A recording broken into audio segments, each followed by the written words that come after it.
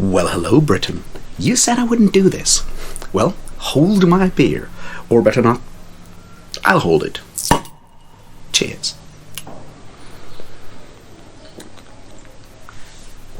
So, yeah, Britain, some okie dude tagged me in the honest Booktuber tag and said that I would probably not do that. And, well, the reason why I haven't done any tag videos is that I haven't been tagged in the last 2 years. So that's why I have never done a tag video ever since like my very, very early days. I did get tagged back then and I did forget to do one or two, so, but I did do some, so there you go. Anyway, so this is why I haven't done any, and this is the honest Booktuber tag. There's 10 questions, I'll put them down below. I'll try to remember all of them. We'll see how I do with that. So let's start. Question 1. Have you ever lied about reading a book? I don't think so. Outside of school, of course. I mean, everyone lies about reading books at school, right? So I have definitely not read books in school and then done exams about it and usually gotten away with it, so there's that. Like, but as a booktuber, I don't think I have ever consciously lied about reading a book. I may have overestimated how many Dresden Files books I've read because I'm really bad at this and there's like so many of them. I think I've read 9 or 10 and I've said 10. It may just be 9. I don't know. So there you go. Question 2. Have I ever avoided a book because of the controversy surrounding the author or the content of the book? And before we go further, I hate the phrasing of this question. Controversy is not what we're talking about. The term controversy is often used to mask abominable stuff, and we should name that. Like people calling H.P. Lovecraft controversial because of his racism. No, he's abominable. We should condemn this. He's a fucking racist. Same goes for someone like Orson Scott Card. He's not controversial because of his homophobia. Homophobia is universally condemned, and we should do that. So there we go. It's not controversial. My point is, I have not avoided books for that. In principle, I would read anything by any author, no matter how much of a dickhead they are, or no matter how much of a terrible person they are. Here's the caveat. I will not support these authors financially or for giving them publicity. So there are books that I have not read because I don't want to give Orson Scott Card money. Now, if I would come across, say, Ender's Game and would be sure that he does not get paid for that, then I would probably read it. I will not make a positive review about it, even if I like it. I will just, mention it if it comes up for like a comparison or something, but that's that. So there we go. This is my stance on this. Like, I'll read anything because I think information is important and knowing stuff helps, but I will not support these kind of people if they are alive. So yeah, I'll read Lovecraft because the fucker is dead, and so forth. I'll not read Orson Scott Card, at least as long as I can't be sure that he doesn't get paid for it. Question 3. Have you ever been given a book and not mentioned it? Now, I assume this is about reviews, positive reviews that you make about books that you got given by the author. The answer is no. I obviously don't make those kind of reviews anyway. I have never applied for an ARC. The one time I got given a book was by Joe Byrne, Wistful Ascending, and we talked about it in a long conversation, and yeah, it was mentioned, and I have been given gifts by 2, I think, fellow booktubers over the years, and that's that. Every book I talk about on this channel has been bought, borrowed, or stolen by me personally. That's my guarantee here, and I think this is important in a lot of ways when it comes to, integrity of reviews. But as I said, I don't do that.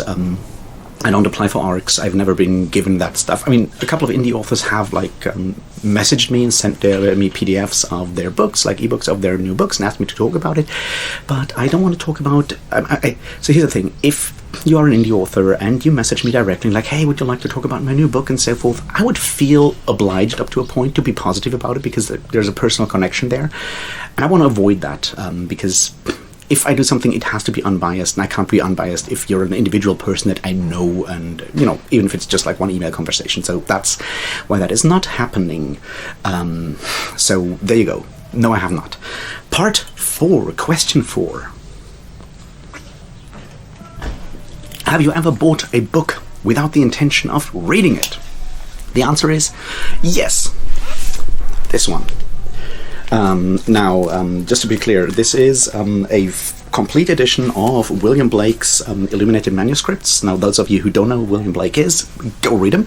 He was a poet, writer, mystic, painter, what all they are, in the early 19th century, and he created a lot of poems on what he called illuminated manuscripts, so he created a lot of art around it in different sizes and so forth, and this book is all of this stuff, and I wanted that because, yeah, it's really cool to have, you know, a comparison of like how these different things look like.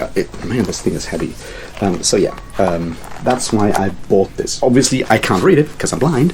I have listened to most of his stuff in audio, and you can get all of it for free online because it's, you know, it's really old.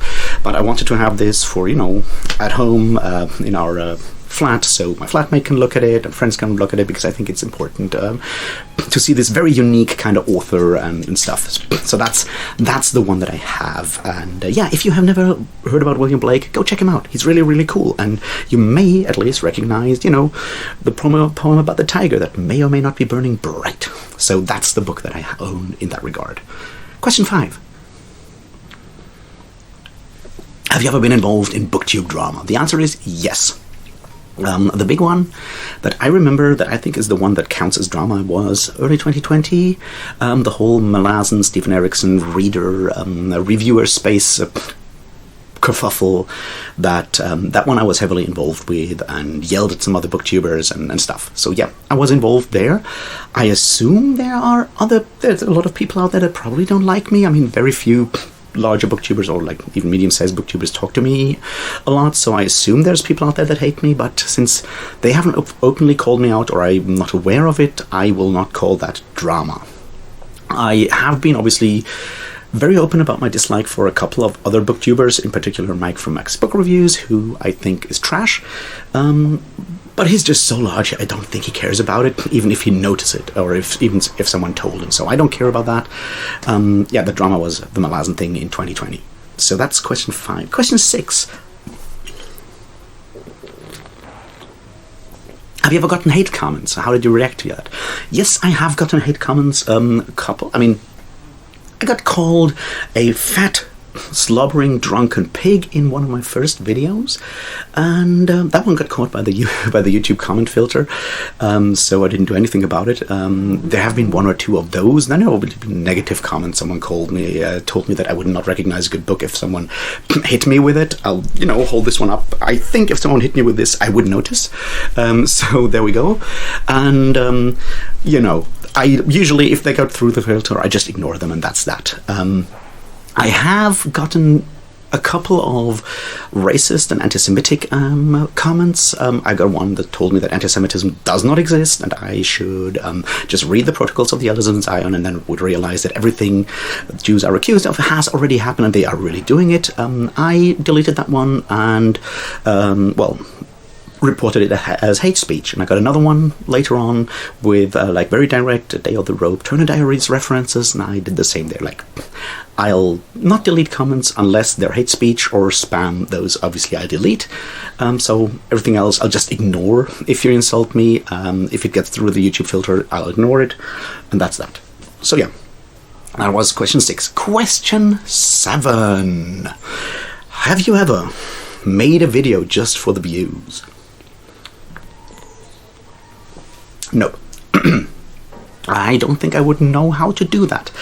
Obviously, I have mentioned that I hate doing lists, and I hate tier lists, and I hate book hauls. I mean, I rarely buy books that you can hold up in front of a camera anyway, so I don't do hauls, unhauls, those kind of lists and stuff, which I would call the ones that are, you know, I would call making those for the views, because we know that these sell. The one thing I would maybe say is that when I talk about new books, I try to put my video up as close to the release date as possible, because I think that's, you know, that's when they're most, you know, most people are interested in them.